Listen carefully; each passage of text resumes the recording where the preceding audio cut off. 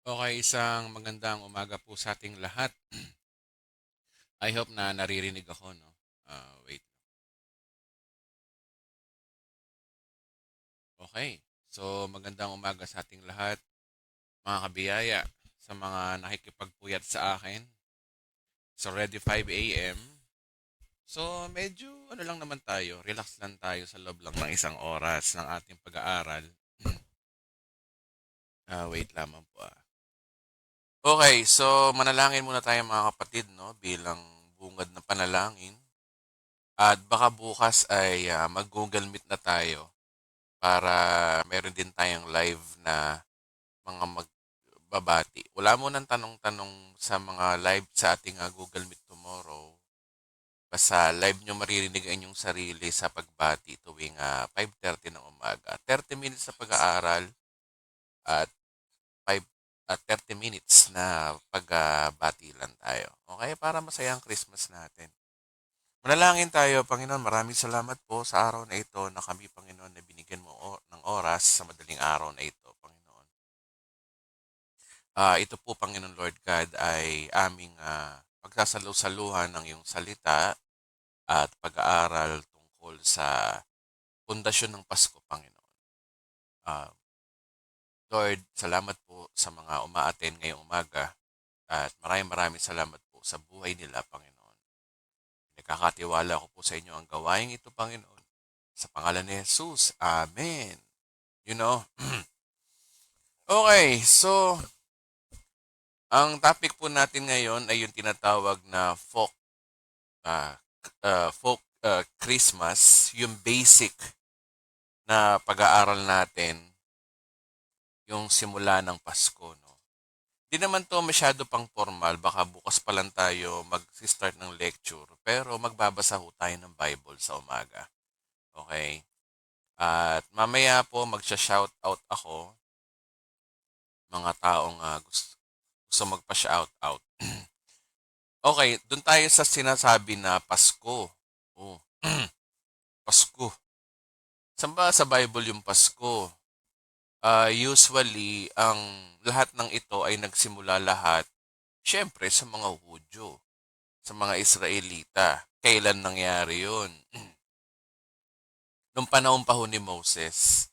Siguro basahin natin itong tinatawag na Exodus chapter 12.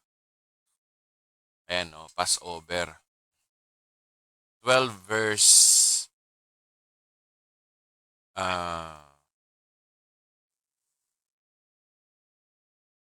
12 hanggang 12.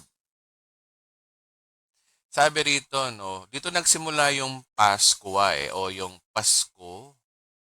Basahin po siguro natin. Sabi dito, no, sa gabing iyon, lilibutin ko ang buong Ehipto at papatayin ang lahat ng panganay na lalaki, maging tao man o hayop, at paparusahan ko ang lahat ng Diyos-Diyusan ng Ehipto. Ako si Yahweh. So, ito yung oras na, na nagbibigay na ng sign para ang mga Israelita ay lalabas na sa Ehipto. At ito natin yung ikahuling salot para sa Ehipto, no? Na ang bawat mamamatay ay mga Ehipsyo, mga panganay. So, dito magsisimula yung kanilang tinatawag na Pasko. O, ito talaga yung tunay na Pasko sa Bible. Pag sinabing Pasko, eh, basahin pa ho natin. Sabi rito, no, dugo ang magsisilbing palatandaan ng mga bahay na inyong tinitirhan. Lahat ng bahay na makita kong may pahid ng dugo ay lalampasan ko. At walang pinsalang mangyayari ang sa inyo ang habang pinaparusahan ko ang buong Hiipto. So, ito na yung time na yung mga panganay at para maligtas sila, darating na yung angel of death, no? Yung angel of death daw.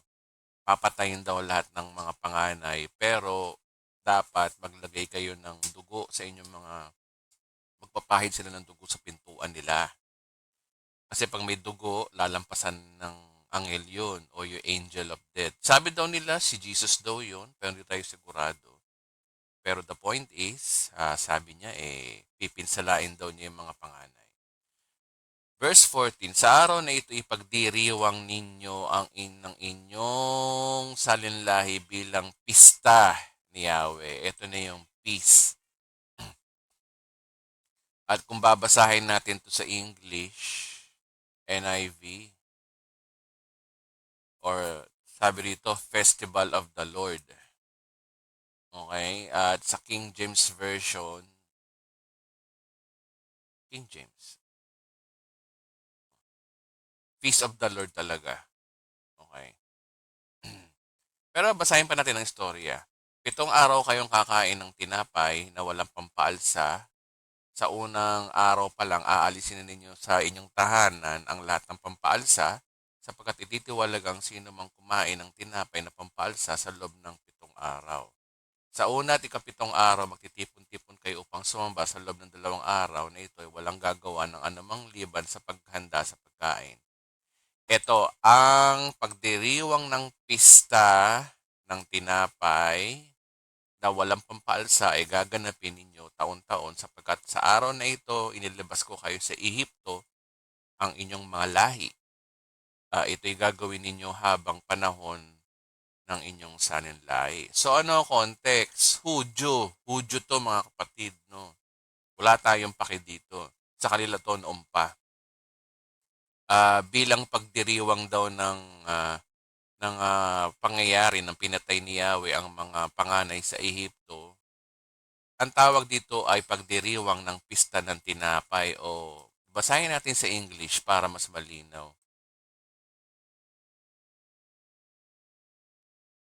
King James, King James.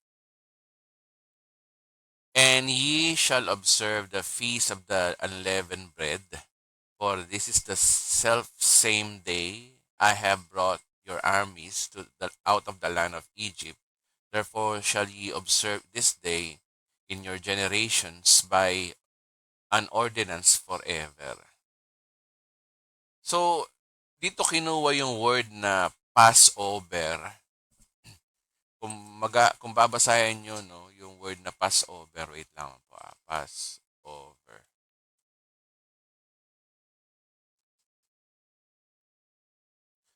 Ayon sa Exodus chapter 12 verse 11,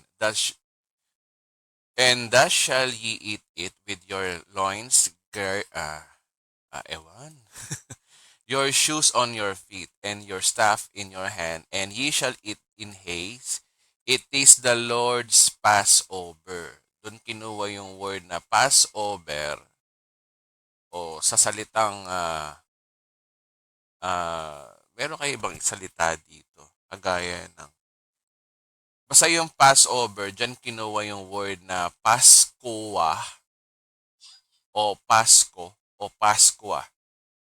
Okay? So, doon kinuha yung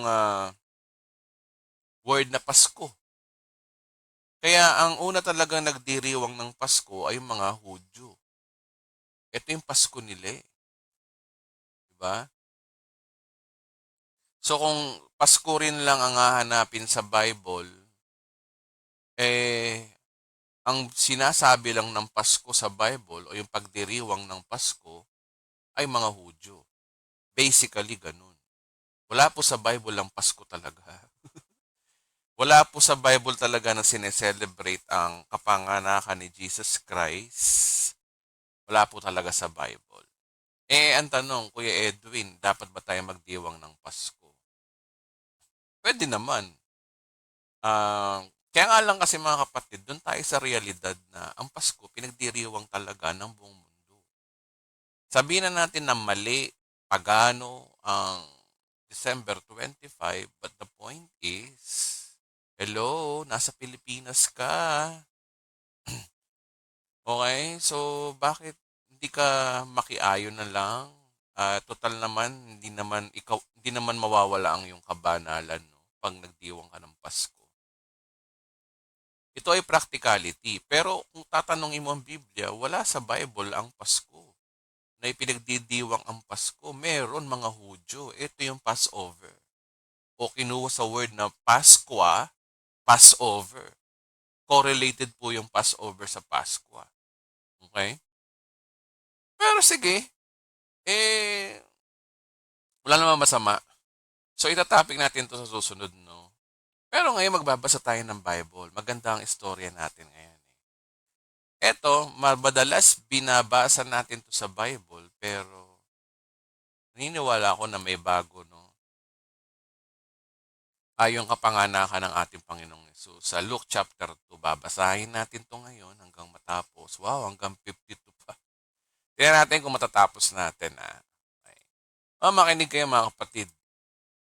Ganito yung kapanganakan ni Kristo, tapos ikukumpara natin sa folk Christmas ngayon. Na totoo ba talaga na 3 hari ang dumalaw? Totoo ba talaga na ano? Si Judas Hestas. Ay, hindi. Mali. Hindi pala si Judas Hestas. Si Baltasar, sino ba yung tatlong yon? 3 hari? Tito Vic and Joey ba yun? Ay, hindi. Hindi pala. Teka nga. Sino nga ba yun? Si Gaspar, Baltasar. Ayun. Basta tingnan natin, ano? Ayun, si Melchor, Gaspar, at Baltasar. Tingnan natin kung nandito sila. Okay?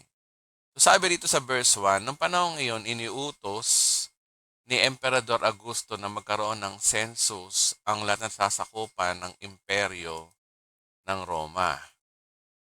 So, remember, sakop ng Rome ang Israel sa panahon na ito. May mga designated puppet na leader dito sa panahon na ito na kung saan ang kanilang hari o si Herodes, for example, ay hari ng Israel sa ngalan ng Rome. Okay? Sa ngalan ng Rome. Pero hindi nangangahulugan noon na talagang hari ng Israel si Herodes kasi nga andal siya ng Rome. Okay? Kasi nga ang Roman Empire laganap sa buong mundo. At may prophecy nga na pagdating ng Messiah o Mesias, ang imperyong ito ay babagsak at palalayain ni Kristo. Kaya napaka-trending sa kanila yung pag-aantay sa Messiah. Okay. So, kaya isinulat ito ng mga apostol para saan? Para ipakita sa buong mundo na darating yung paghahari ng Diyos. Kasi tinan nyo, no, ang prophecy sa Bible, sa Old Testament, maghahari daw ang Diyos at ipapanganak sa Bethlehem. Alam nila na sa Bethlehem yun, alam nila na manganganak ang isang dalaga. Okay? So, inaantay talaga nila yun na mangyayari. Basahin natin, no? Ito yung nangyari nun. Ang unang census na ito ay ginawa ng Cicerenyo, ng gobernador ng Syria. Kaya't umuwi ang bawat isa sa sarili nilang bayan upang magpatala. Mula sa Nazareth, isang lungsod sa Galilea, si Jose ay pumunta sa Judea, sa Bethlehem ng bayang sinilangan ni Haring David sapagkat siya ay mula sa angkan ni David. So, ibig sabihin, na-fulfill ang prophecy na sa Bethlehem magmumula ang Messiah. Actually, nakalagay yan sa Micah chapter 5 verse 2. Talon muna tayo rito. No? Sabi rito, no, sa Micah chapter 5 verse 2, alam nila to. Kasi ayon sa propesya, ito raw sabi, sinabi ni Yahweh, ngunit ikaw, Bethlehem, Ephrata, bagamat pinakamaliit ka sa mga angkan ng Huda, ay magmumula sa iyong angkan ng isang mamumuno sa Israel. Ang kanyang pinagmulan ay buhat pa ng una noong unang panahon. O, papanganak daw sa Bethlehem yung mamumuno daw sa Israel. Tingnan nyo, no, ang ine-expect talaga nila kay Jesus Christ is a king. Literal na hari ng Israel. Yan po ang propesiya. Hindi kagaya sa ating mga hentil, sa atin, si Kristo ay tagapagligtas ng ating spiritual salvation. Pero sa mga Hudyo, ang mindset talaga nila, inaantay nila si Kristo Jesus bilang hari ng Israel. Kaya yung mga sinasabi ng mga propeta ay tungkol sa pamumuno sa Israel. Okay? Tapos ang kanyang daw pinagmulan ay buhat pa ng una nung unang panahon pa. Balik tayo sa sa Lucas uli. So ito yun na-fulfill dito na sa Bethlehem ng bayang sinilangan ni Haring David sapagkat siya'y mula sa angkan ni David. Kasama niyang umuwi magpatala rin si Maria ng kanyang magiging asawa. Magiging asawa pa lang na noon ay kabuwanan na o buntis na pala. Bakit magiging asawa? Kasi nga betrothal. Remember, dalawa ang marriage sa mga Hudyo. Isang betrothal, isang talagang actual marriage. Baka betroth pa sila ng panahon na ito. No? Okay. Tapos habang sila ay nasa Bethlehem, sumapit sa oras ang panganganak ni Maria, isinilang niya ang kanyang panganay ng isang lalaki at binalot niya sa lampin ang sanggol at iniyaga sa sabsaban sapagkat wala ng lugar para sa kanilang panuluyan. Tinan niyo yung kapanganakan ni Kristo, sa simula pa lang talaga, dukha na siya. No? Simula't simula pa lang talaga, yung kapanganakan ng ating Panginoong Yesus. Ang buhay niya ay talagang hindi kagaya ng ibang mga sikat na tao, dakilang tao daw sa buong mundo. Pero itong Kristo na to na talagang totoong hari, totoong maghahari sa buong mundo, ay ang kanyang history ng kanyang buhay ay paghihirap pa lang. Yun nga lang kay Maria, no? Bago ipanganak. O si Maria na lang ang tinawag. O, virgin yun.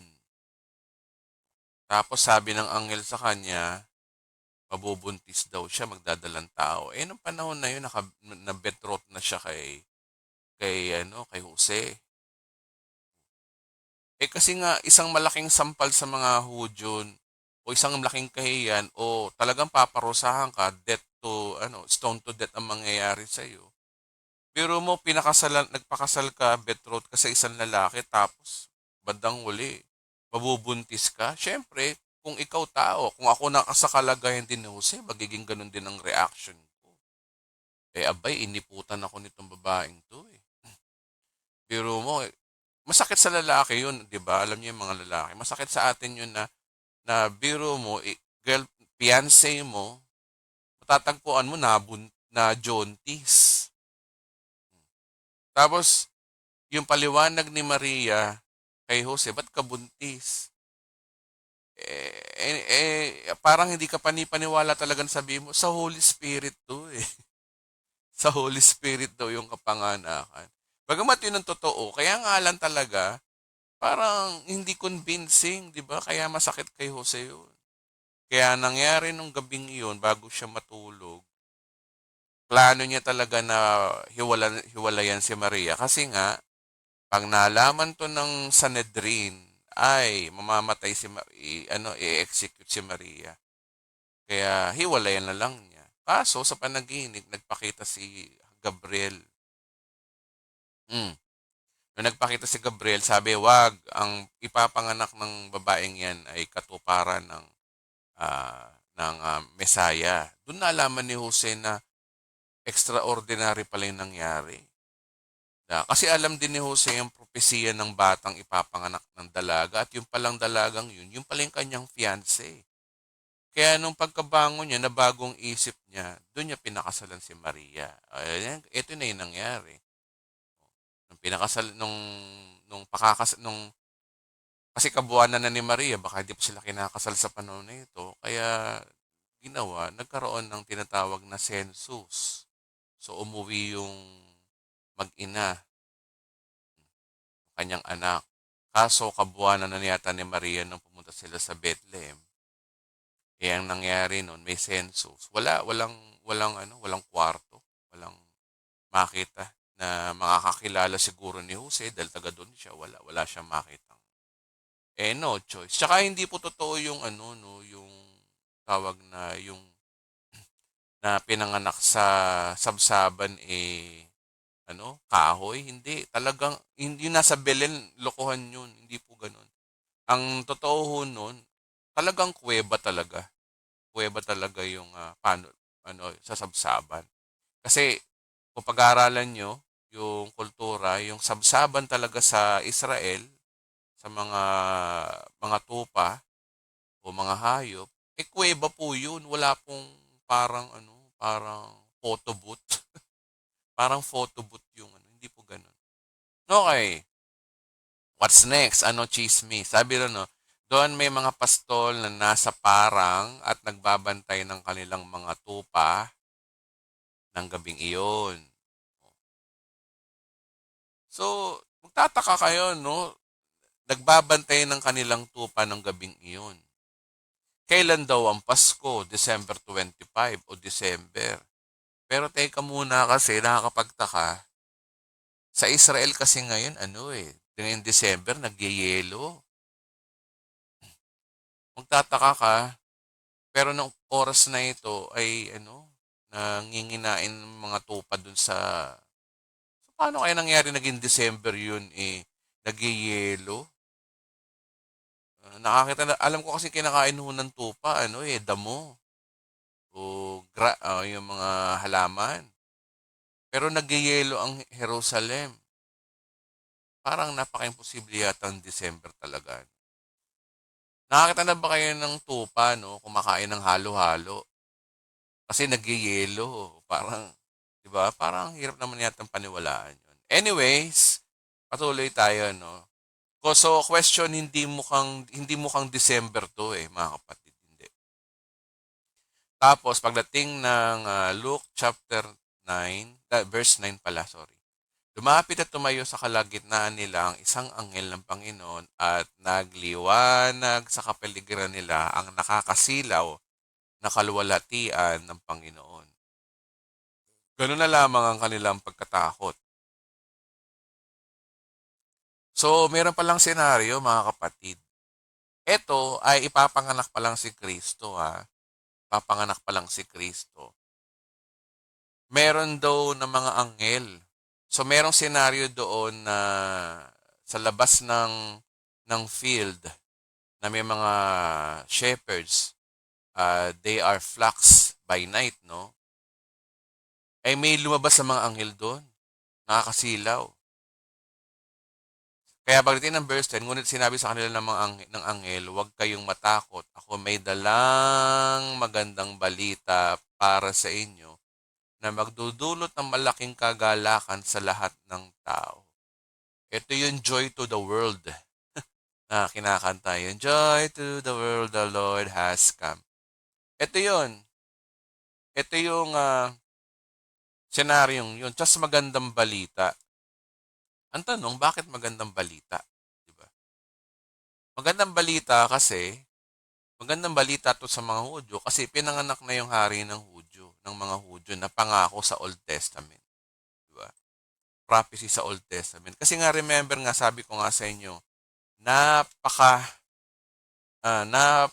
nito mga kapatid, napaka-trending, inaantay talaga nila ito. Kasi ito ay ayon sa kanilang Biblia, ayon sa Old Testament, na may propesiya talaga na ipapanganak ang Mesiyas at they are expecting na this Messiah is king. Kaya nga sabi sa verse 11, no, isinilang ngayon sa bayan ni David ang inyong tagapagligtas, Savior, ang Kristo ang Panginoon. Ang tagapagligtas sa kanila dito, ang unang nilang iniisip, hindi yung hindi yung spiritual salvation. Hindi kagaya sa ating mga hentil, kapag sinabing tagapagligtas, ang tingin natin kay Kristo, tagapagligtas ng ating kaluluwa mula sa impyerno. Yung gospel ni Pablo ang iniisip natin. Pero tandaan nyo mga kapatid, ang tagapagligtas na iniisip dito ng mga Hudyo ay tagapagligtas sa oppression ng Romano para sila ay makalaya sa Romano. Kasi ang ine-expect nila itong Messiah na to ay isang leader, political leader ng kanilang bansa, tagapagligtas ng kanilang bansa. Okay? Ang Kristong Panginoon o Messiah o pag sinabi kasing Kristo, Messiah means anointed one. Panginoon na rin siyempre kasi nga alam nila na extraordinary ito. Pero tandaan niyo mga kapatid, ito ay mata ng mga Hudyo. Dapat ilugar natin ang sarili natin sa mga Hudyo. Kaya pag nagbabasa ho tayo ng kagaya nito, no, dapat iligay natin ang iniisip ng mga Hudyo, hindi tagapagligtas ng spiritual, hindi yun ang kasi iniisip nila. Ang iniisip kasi talaga nila ay tagapagligtas bilang hari. Kaya nga na-disappoint sila nung si Jesus Christ sabihin nila na na mamamatay si Kristo. Na-disappoint talaga sila kasi alam nila maghahari ito ba't mamamatay. Wherein hindi nila alam yung totoong propesiya. Alam niyo mga Hudyo kasi kulang-kulang.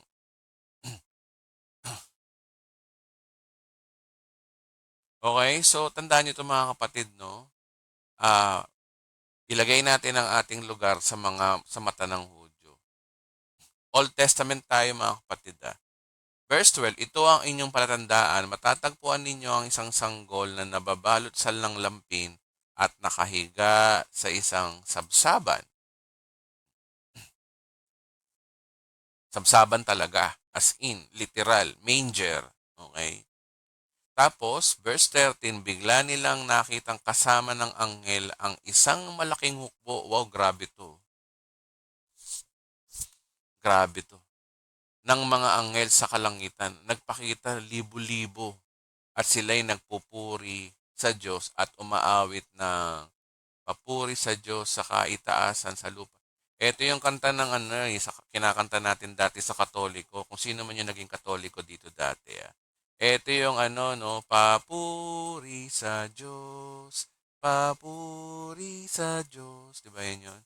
Papuri sa Diyos sa kaitaasan. Huwag ka nang kumanta, Edwin. Basahin niyo mga kapatid. Ito yung, at sa lupa ay kapayapaan sa mga taong kinalulugdan nila. Kapayapaan. Peace. He is a Prince of Peace. Totoo nga naman yun. Kapag may Kristo ka, magkakaroon ka ng kapayapaan ng pag-iisip. Okay, verse 15, na makaalis na ang mga anghel pabalik sa langit, ang mga pastol ay nag-usap-usap. Kaya sabi nila, tayo na sa Bethlehem. Tingnan natin ang pangyayaring ito na ibinalita sa atin ng Panginoon. So, yung mga pastol, ang unang pumunta.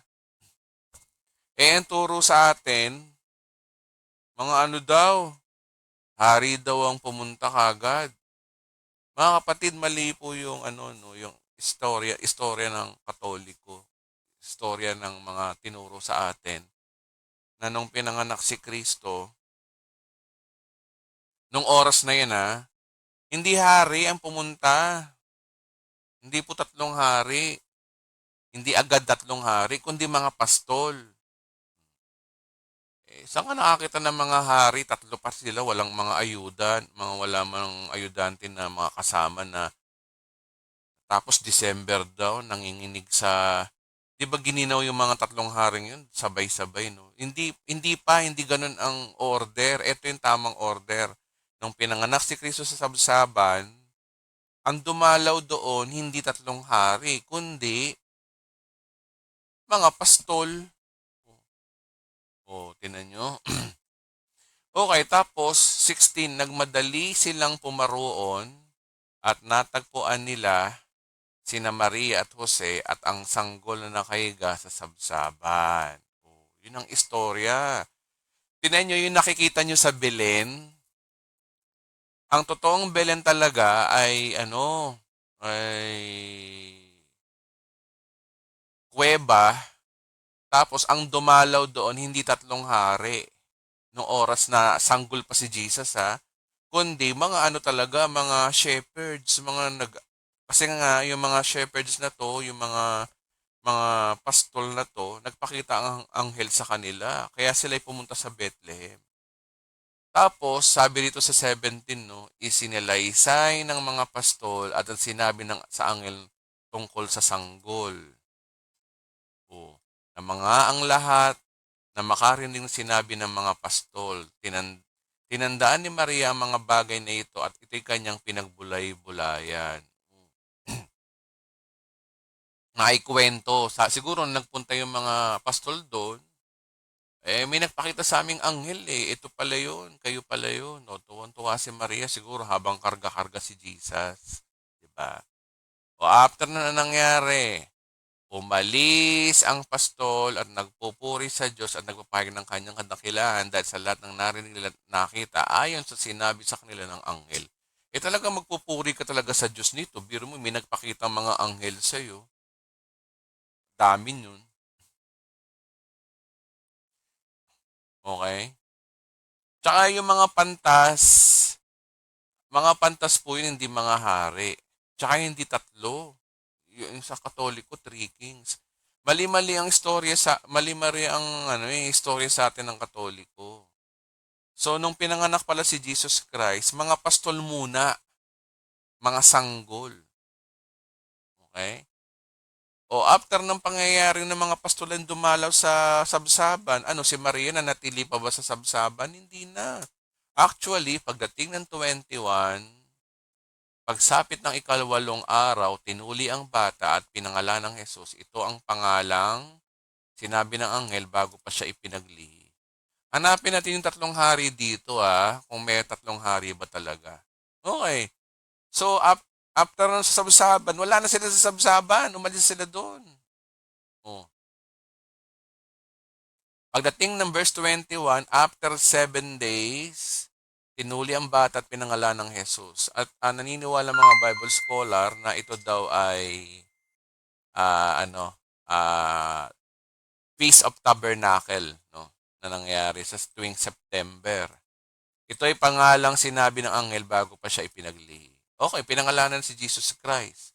Tapos after na natuli ang bata, what's next? Ang tanong dito, nasa na yung tatlong hari dito, no? Ba't wala pa?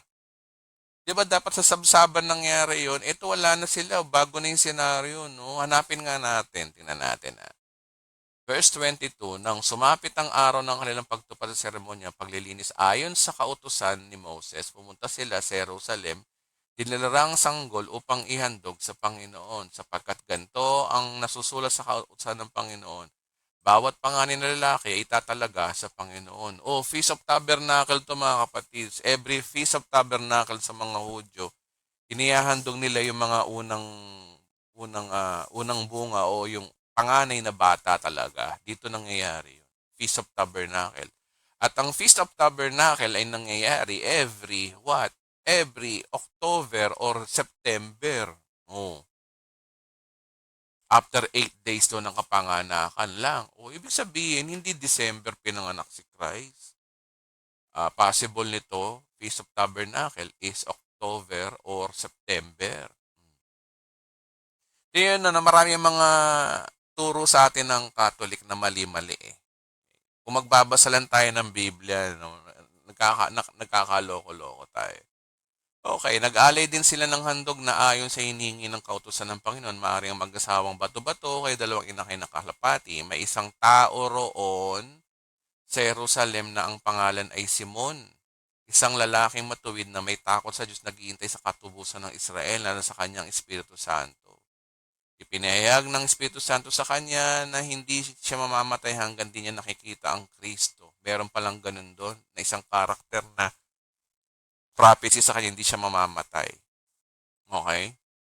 Hanggang di nakikita ang Kristo. Nung nakita na niya ang Kristo na nangyari at sa patnubay ng Espiritu, si Simon ay pumasok sa templo at nang dalhin doon nila Jose at Maria ang sanggol na si Jesus upang tuparin ayon sa hinihingi ng kautusan. Kinarga ni Simon ang sanggol pagkatapos nagpuri sa Diyos. Ngayon, ang Panginoon, maaari mo na po kung yumao mapayapa o gusto na ron niya mamatay dahil nakita na ron niya ang Kristo sa madaling salita. Verse 30, yamang nakita na po ang aking matang yung pagliligtas sa inyong inianda sa harapan ng lahat ng bansa. Tingnan nyo, ang pagliligtas sa harapan ng lahat ng bansa. Ang isip talaga ng Israel, si Kristo ay tagapagligtas sa bansa nila. Hindi pa sumasagi sa isip nila na ang kaligtasan ay spiritual salvation. Hindi kagaya sa atin, si Kristo sa ating tagapagligtas natin sa eternity. Pero sa mga Hudyo, ang tagapagligtas sa kanila ay sa bayan ng Israel bilang mamumunong hari. Yun talaga ang mindset nila. Kaya ganito yung mga dialogue nila. Kaya tinan nyo, no, inihanda sa harapan ng lahat ng bansa. Oh, tinan nyo, no, ito po ay liwanag na tatanglaw sa mga hentil. Oh, na-prophecy na siya. Ito po ay liwanag wherein lumiliwanag sa atin si Jesus. At magbibigay dangal sa inyong bansang Israel. Karangalan ng Israel na sa Israel magmumula ang Mesaya. Oh, nag-prophecy na si Simon. Biro mo. Kasi nga, patnubay nga siya ng banal na spirito nung panahon na yun. Noong panahon kasi na to, ang banal na spirito ay may selected person lang. Hindi kagaya sa atin ngayon, kapag unanampalataya kay Kristo, automatically nasa iyo ang Santong Espiritu. Pero sa panahon na ito, may specific person lang na na pinapatnubay ng banal na spirito. Kasi nga sa Old Testament, ang banal na spirito come and go. Kapag hindi ka banal, aalis ang banal na spirito. Kapag banal ka, babalik sa yung banal na spirito. Hindi kagaya sa atin sa New Testament, sa mga nakay Kristo na, fix na sa iyo si banal na spirito ayon sa Ephesians 1:13. Basahin nyo na lang.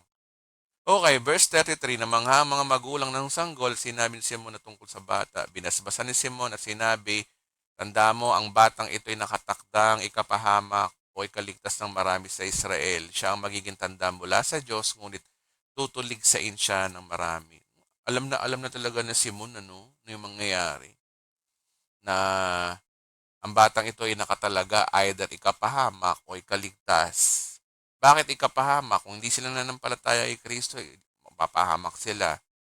O manampalataya, maliligtas. Kaya sinabi, nakatalaga na ang batang daw yan na ikapahamak at ikaligtas ng marami sa Israel. Tinan nyo, ang focus pa lang talaga ng istorya sa kapanganakan ni Kristo, hindi sa ating mga hentil. Sa Israel talaga nakapatungkol si Jesus. Kaya nga ang Mateo, Marcos, Lucas at Juan, nakapokus talaga rito si Jesus sa Israel. No? Hindi pa tayo, wala pang Kristiyano sa panahon na ito. Okay? Huwag tayo masyadong assuming. Pakinggan natin ang istorya ng Bible. Oh, siya magiging tanda mula sa Diyos kung tutuligsayin siya ng marami. Totoo yun, nangyari nga. Kaya't mahayag ang kanilang isip dahil dito magdaranas ka ng matinding kapaghihatian na parang isang patalim na itinarak sa iyong puso. Yung isang patalim na tinarak sa iyong puso kay Maria ay nangyari nung namatay si Jesus Christ. Masakit sa kanya yun bilang ina. So nangyari din. Naroon din sa templo ang isang propetang babae, ang pangalan ay Ana, anak ni Fanuel at mula sa angkan ni Aser. Siya ay napakatanda na, 7 taon pa lamang silang nagsasama ng kanyang asawa at ngayon 84 na taon na siyang biyuda. Lagi siya sa templo at araw-gabi sinasamba Diyos sa magitan ng pag-aayuno at panalangin. Prayer and fasting. Kanino to? Sa mga Hudyo. Ang kabanalan sa kanila ay prayer and fasting. Meron palang Ana no, na nag-aantay din sa Misaya. Nang oras lang yon, lumapit din siya sa kina Maria at nagpasalamat sa Diyos, nagsalita tungkol sa sanggol, etc. etc. Kwento na natin. Okay. Nang may sagawa na nila ang lahat ng hinihingi ng kautusan, umuwi sila. Ang batay lumaking, malusog, matalino. Ala, nasaan na yung 3 hari dito? Nangyari? Ano nangyari? Lumaki na yung bata. Lumaki na yung bata, wala pa yung hari. Ah. Oh, pagdating ng 41, taon-taon tuwing pista ng Pasko, ang mga magulang ni Jesus pumunta sa Jerusalem nang siya'y 12 taon na. Ala, 12 years old na si Christ dito, wala pa yung 3 hari. Anong nangyari? Okay? Okay, wala na. Kay Lucas. Wala yung iba yung story ni Lucas. Kay Lucas, yung nasa yung lang, yung sa Belen. Oh. Yung nangyari sa Belen, ito ay sabsaban, kuweba, tapos ang dumalaw doon, mga pastol, hindi 3 hari. Oh. Ay, tingnan natin sa Mateo, Mateo, kapanganakan ni Kristo.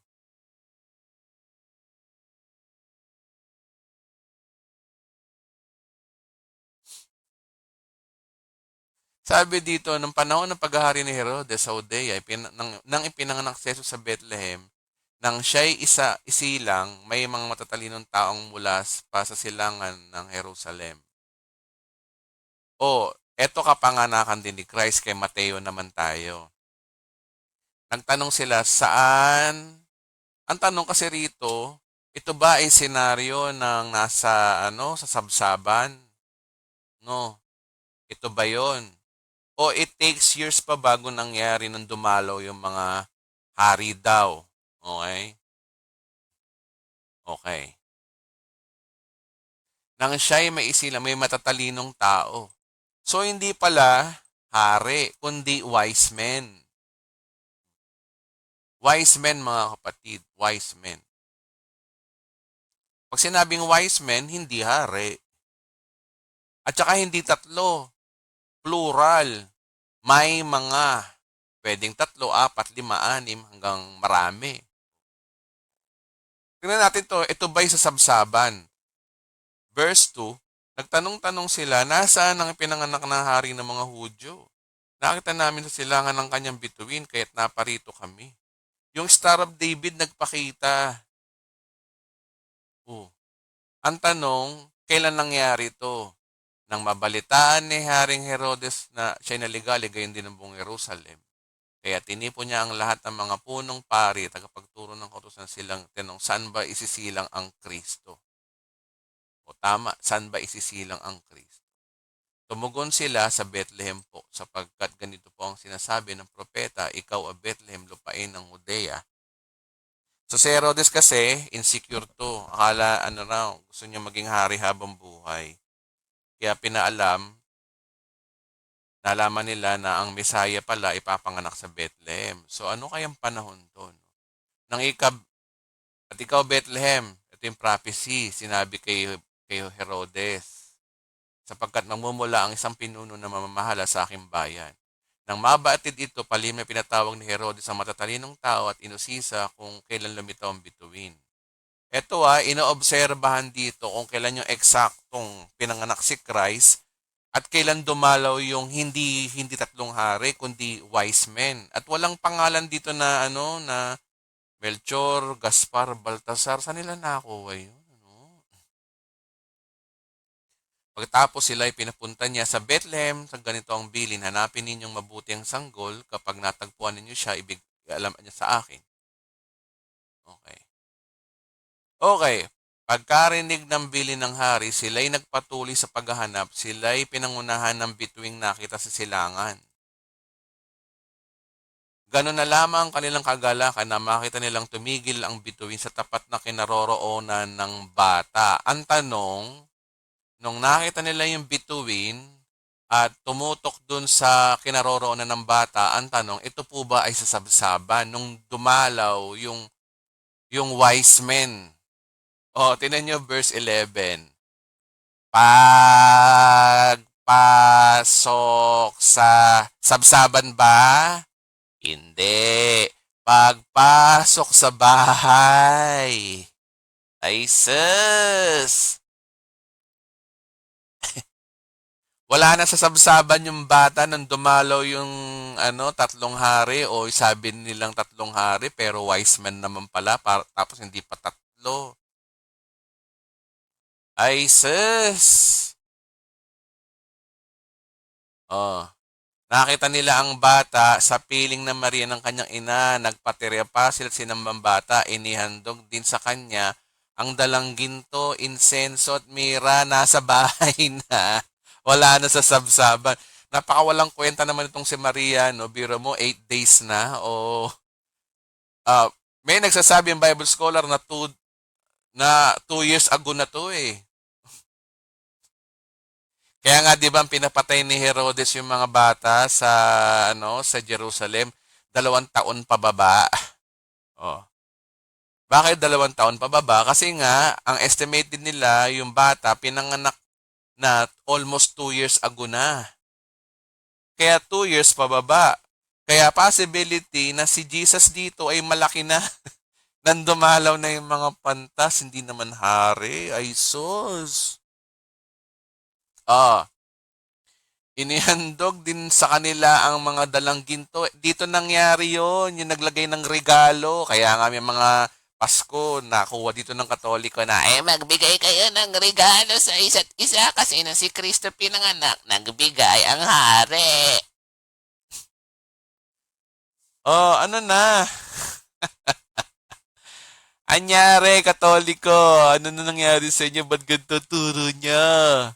Ang turo kasi sa atin, pinanganak si Kristo sa Bethlehem, tapos may 3 hari nagsidalaw, tapos nagsasabsaban. Dito pala, hindi sabsaban dumalaw ang mga pantas, tapos hindi pa alam kung pantas ba o hari. Bahay, oh. O, tingnan natin sa King James. Baka sa King James, manger. Baka nagkakamali sa Tagalog. Alam naman natin ng Tagalog version, nagkakamali rin, di ba? Okay. King James. And when they were come into the house. Oh, house talaga mga kapatid. Huwag na natin ipilit na ito ay sabsaban. House sa Greek. Sa Greek. Sa Greek ay kailangan ayaw tumama.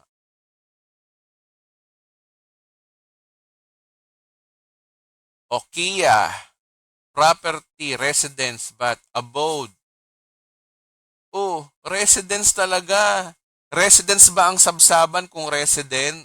Hindi naman Ibig sabihin, ang totoong istorya pala, ganito mga kapatid, no? Nung pinanganak si Kristo, ipinanganak siya sa sabsaban dahil walang matuluyan ng mag-asawang Maria at Jose.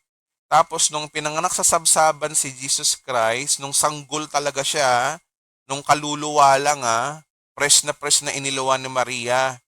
Doon pala nagdalawan yung mga pantas, yung sorry po. Yung mga pastol na nagbabantay ng tupa sa gabi. Ang dami mga sablay na istorya, no? Kaya hindi po December po yun kasi nga mga pastol. Nagpakita yung mga anghel doon. Tapos kaya yung nangyari, yung mga pastol na to, nagpunta sa Jerusalem, nakita nila yung bata, no? Hindi nagbigay ng regalo na dinalaw lang. O after 8 days, tapos noon, umalis na si Maria doon.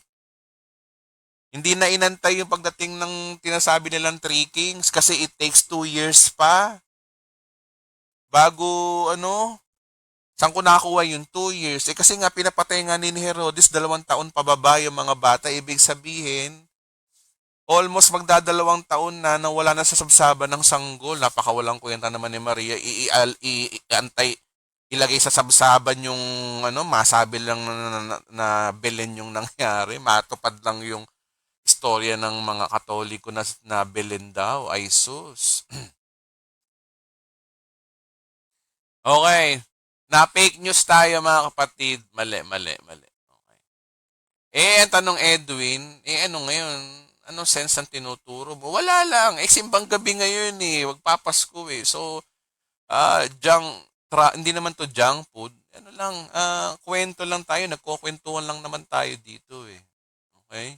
So, ibig sabihin, hindi totoo yun. Ang totoo nun, after 2 years, saka dumating yung mga pantas. Hindi naman hari, mga pantas. Saka nakakita ng hari, na kung alam ko kasi hari, may mga ayudante yun. Iba't ibang mga hari ng Persya, hari doon ng kung anong mga hari. Saka nakakita ng ganun, walang ayudante, naglalakad yung 3 hari, tapos nagyeyelo, parang mga siraan, Di man lamang gininaw. Mamamatay sa disyerto yung mga yun kapag wala ay sus. Kasi nangyari kasi kwentong kutsero nangyari kasi sa atin Yan ang tinatawag ko na folk Christmas. Sablay. Ang folk yung nakasanayang Christmas natin, nakasanayan. Okay, pagpasok sa bahay, nagpatira pa. Nang sila'y pauwi na, nakatanggap sila ng babala na sa magitan ng panagim na wag dumaan kay bumalik kay Herodes, kaya nag-iba sila ng daan. Matalino talaga, wise man, nagpakita ang Diyos sa mga ano, kasi may balak. Oh. Ano nangyari? Pagkaalis sa matatalinong tao, nagpakita kay Hosea sa panaginip ang isang anghel na bumangon ka. Ito'y tumakas na sila sa Ehipto. Kaya dito, no, galit na galit si Herodes nang malaman nilang nalinlang sila ng mga matatali. Kasi nga, obob si Herodes, matalino yung nakausap niya, kaya nalinlang. Kaya't ipinapatay sa lahat ng batang lalaki sa Bethlehem palibot mula sa gulang na, ayan no, gulang na 2 taon pababa. Batay sa panahong sinabi ng mga matatalinong tao, bumasi si Herodes doon sa sinasabi ng petsa. Ang tanong dito, bakit 2 taon pababa? So, ibig sabihin, ang edad ni Kristo, nang dumalaw ang mga pantas o yung mga hari daw, ay almost 2 years na. Wala na sa sabsaban, 2 years, nasa bahay na nga eh. Ah. Okay? So that is pansit. Yan po ang ating topic ngayon. Binigyan ko lang kayo ng tamang tamang istorya kasi sa mga susunod na araw, pag-aaralan na natin yung kapanganakan ni Kristo. Tsaka yung mga paganistic story. Pero at least ngayon alam na natin, may pundasyon na tayo para handa na kayo sa susunod nating topic. Okay? So ano ang big idea? Ang big idea dito is magbasa po kayo ng Bible nyo. Okay. Shout out na tayo, no? Hanggang alas 5. Basa tayo ng comment. Sabi ni Angelo Lucky Diaz, sakay na tayo sa Kalesa. Tara. Oh, ayan. Nagtatawa na ng mga tao dito. Okay, maimbento daw ang...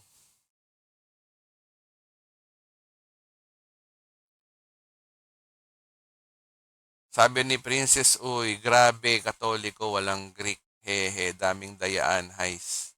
Salamat talaga, Lord, nakalaya kami dyan sa mga fake person. Shout out kay Angelo Lucky Diaz, Princess Uy Almonte, Adrian Rayan, Annalyn Uy Martensen, mga umatin ngayong madaling araw, no? Kay Papay Sumagpang, sa aking pinsan na si Antoinette, sa atin Netnet, Johnny Inis. Okay, Johnny Inis, pa-shoutout daw. Shoutout sa'yo. Salamat sa mga gumising ng umaga rito. Kay kapatid na Hil Osaki, kay Liberty Burimbao, kay Bunsoy Bunsoy. Okay? Salamat. Liberty Barimbao, shoutout sa inyo. Okay, sino pa ba? Anastasia Fantasia. Kay Ranky Gabriel, shout out sa inyo. Okay? O yun lang naman yung nag-comment dito eh. Kay Cleben, eto pa pala.